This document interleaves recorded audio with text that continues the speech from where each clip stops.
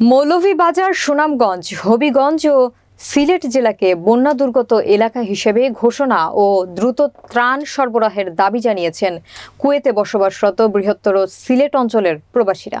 Kuwait থেকে আহাদ আম্বিয়া খোকনের প্রতিবেদনে থাকছে বিস্তারিত।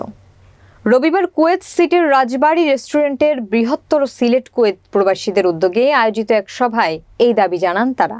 আয়োজিত সভায় সভাপতিত্ব করেন সিলেট বিভাগ প্রবাসী কল্যাণ পরিষদ কুয়েতের সভাপতি আবু সাইদ কুতুবুদ্দিন। সুনামগঞ্জ মানব কল্যাণ সমিতি কুয়েতের সাধারণ সম্পাদক শুরুক মিয়ার সঞ্চালনায় এতে প্রধান অতিথি হিসেবে উপস্থিত ছিলেন জালালাবাদ অ্যাসোসিয়েশনের কুয়েতের উপদেষ্টা কাজী শফিক।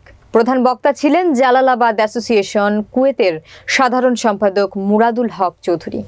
এছাড়াও অতিথি হিসেবে উপস্থিত ছিলেন জালালাবাদ অ্যাসোসিয়েশন কুয়েতের উপদেষ্টা আলিমুদ্দিন, বাংলাদেশ প্রেস ক্লাব কুয়েতের সাধারণ সম্পাদক আহ জুবেদ, ফেঞ্চুগঞ্জ কল্যাণ সমিতি কুয়েতের সাধারণ সম্পাদক আহাদ আম্বিয়া খোকন, জালালাবাদ অ্যাসোসিয়েশন ফরওয়ানিয়া শাখার আহ্বায়ক লোকমান জাহিদ, রাজনগর প্রবাসী ঐক্য পরিষদ কুয়েতের সাধারণ সম্পাদক আলাল আহমদ, জালালাবাদ অ্যাসোসিয়েশনের কুয়েতের সহসভাপতি লেসু মিয়া সহ আরও অনেকে।